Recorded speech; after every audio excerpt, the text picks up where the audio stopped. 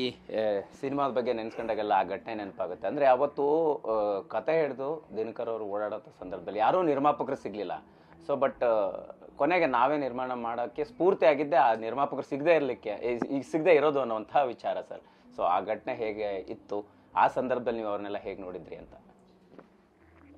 ಅಂದರೆ ಅವರು ದಿನಕರ್ ಅವರು ಕತೆ ಹಿಡ್ಕೊಂಡು ನಿರ್ಮಾಪಕರಿಗೋಸ್ಕರ ಇಡೀ ಗಾಂಧಿನಗರ ತಿರುಗ್ತಾ ಇದ್ದಾಗ ಸೊ ದರ್ಶನ್ ಭಯ್ಯ ಅವ್ರ ಸ್ನೇಹಿತರು ಮತ್ತು ಎಲ್ಲರೂ ಸೇರಿ ಯಾಕೆ ಒಳ್ಳೆ ಕತೆ ಇಟ್ಕೊಂಡು ನೀನು ಎಲ್ಲೆಲ್ಲೋ ಓಡಾಡ್ತೀಯ, ನಾವೇ ಎಲ್ಲರೂ ಸೇರಿ ಸಪೋರ್ಟ್ ಮಾಡ್ತೀವಿ ಅಂತ ಹೇಳಿದಾಗ ಸೊ ದರ್ಶನ್ ಭಯ್ಯನೂ ಆಯಿತು ನಮ್ಮದೇ ಒಂದು ಓನ್ ಪ್ರೊಡಕ್ಷನ್ ಮಾಡೋಣ ಅಂಥೇಳಿ ಓನ್ ಪ್ರೊಡಕ್ಷನ್ ಮಾಡಿದ್ರು.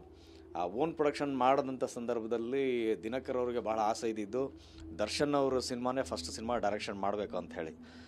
ಸೊ ಅದು ಕತೆ ಕೇಳಿದಾಗ ದರ್ಶನ್ ಭಯ ಹೇಳಿದ್ರಂತೆ, ನೋಡು ನನ್ನ ಅಭಿಮಾನಿಗಳಿಗೆ ನಾನು ಮಾಸಾಗಿ ಆ್ಯಕ್ಟ್ ಮಾಡಿದ್ರೆ ತುಂಬ ಇಷ್ಟಪಡ್ತಾರೆ, ಇದು ಕ್ಲಾಸ್ ಆಗಿರುವಂಥ ತುಂಬ ಒಳ್ಳೆ ಕತೆ ಮಾಡ್ಕೊಂಡಿದ್ಯಾ, ಸೊ ಇದು ನಾನು ಕೈಯಲ್ಲಿ ರೋಸ್ ಗೀಸೆಲ್ಲ ಹಿಡ್ಕೊಳ್ತು ಅಂದರೆ ನನ್ನ ಅಭಿಮಾನಿಗಳಿಗೆ ಅಷ್ಟು ಇಷ್ಟ ಆಗಲ್ಲ, ಒಳ್ಳೆ ಕತೆ ಮಾಡಿದ್ಯಾ, ಕಾಂಪ್ರಮೈಸ್ ಯಾಕೆ ಆಗ್ತೀಯಾ, ಸೊ ಒಳ್ಳೆ ಹುಡುಗನ್ನೇ ಹಾಕೋ, ಒಳ್ಳೆ ಮುದ್ದಾಗಿರೋ ಫೇಸ್ ಇರೋಂಥ ಹುಡುಗನ ಹಾಕೋ, ಹುಡುಗ ನೆನಪಿರಲಿ ಅಂತ ಒಂದು ಸಿನಿಮಾ ರಿಲೀಸ್ ಆಗಿದೆ. ಸೊ ತುಂಬ ಚೆನ್ನಾಗಿದೆ ಹುಡುಗ, ನಿನ್ನ ಸ್ಟೋರಿಗೆ 100% ಸೂಟ್ ಆಗ್ತಾನೆ ಅಂತ ಫುಲ್ ಎಂಟೈರ್ ಅವ್ರ ಮನೆಯವರೆಲ್ಲ ಸೇರಿಕೊಂಡು ಮಾಡಿದಂಥ ತೀರ್ಮಾನ ನಾನು ಆ ಸಿನಿಮಾದಲ್ಲಿ ಆ್ಯಕ್ಟ್ ಮಾಡೋದಕ್ಕೆ ಸಾಧ್ಯ ಆಯಿತು.